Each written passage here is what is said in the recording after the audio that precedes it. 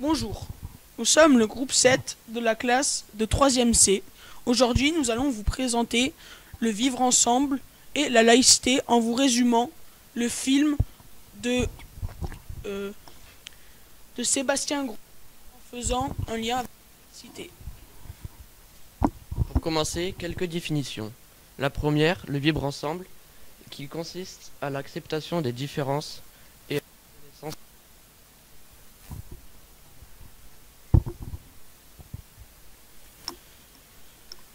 Par exemple, la fête des voisins, le vivre ensemble n'accepte pas certaines choses comme les discriminations.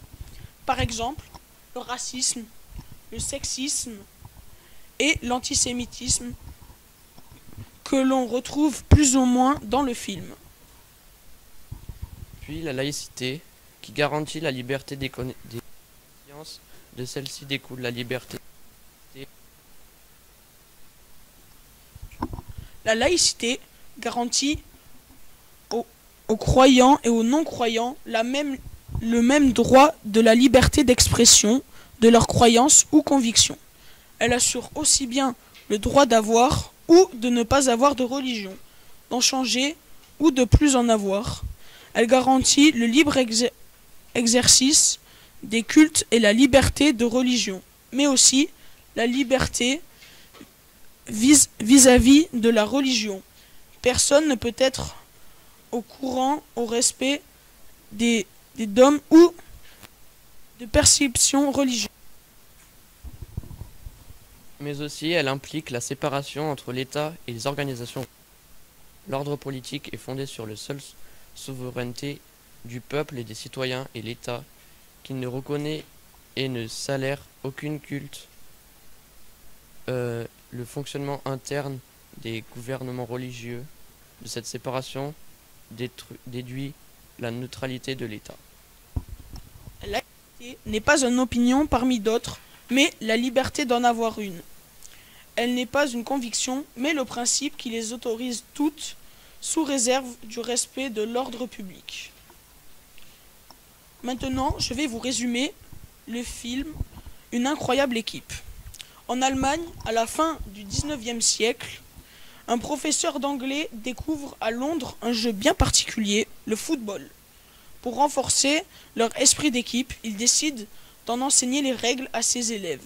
Ces méthodes d'enseigner pacifistes et bien différentes des autres professeurs de l'établissement lui valent l'adoration et de la classe entière.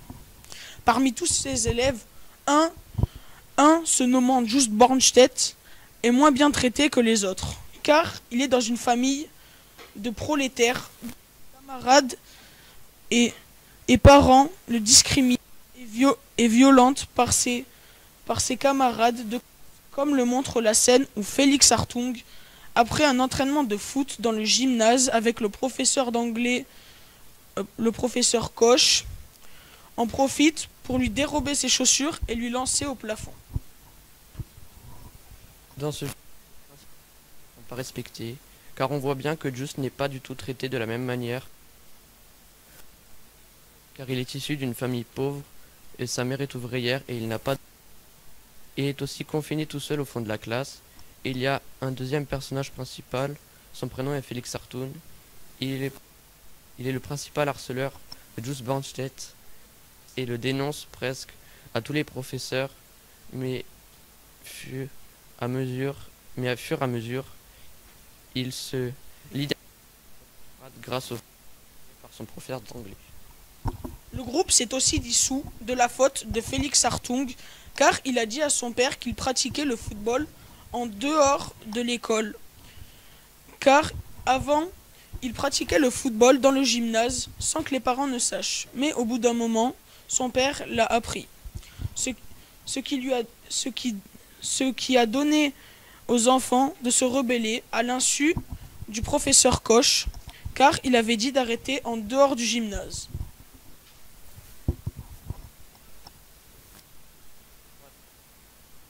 Des autres se démarque des autres professeurs car il violence. Il remarque un problème avec la camaraderie de la classe. Il décide alors de leur apprendre l'art du football pour leur serrer les coudes et les unir et amis. Nous pouvons voir aussi que ce n'est pas une école laïque, il y a un maître dans l'établissement. Nous avons choisi une scène fondamentale du film qui se situe à la fin de l'œuvre, quand ils font un match de football contre les Anglais, ce qui réunit beaucoup de monde, y compris des journalistes qui vont en faire un journal.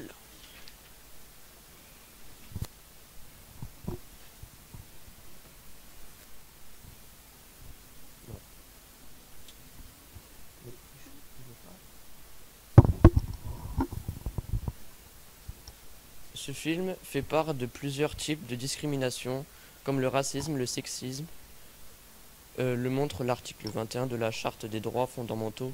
Il est interdit de toute discrimination fondée sur le sexe, la couleur de peau, les origines sociales, la langue, la religion, les caractéristiques physiques et les opinions politiques. Ce film a aussi un esprit collectif, car il réunit, grâce au football, à souder la classe. Il y a eu aussi des parties de désolidarisation avec les camarades, comme quand Félix a dénoncé ses camarades. Puis il y a eu aussi une très forte discrimination envers Just Bornstedt, qui a été frappé par ses professeurs, notamment le professeur Bosch, avec une baguette en bois. Il était humilié, discriminé et dénoncé par ses camarades. Donc grâce à l'effort du professeur d'anglais, Monsieur Koch, mais aussi et surtout grâce à l'enseignement du football à la classe, les règles ensemble ont été rétablies. Merci de nous avoir écoutés.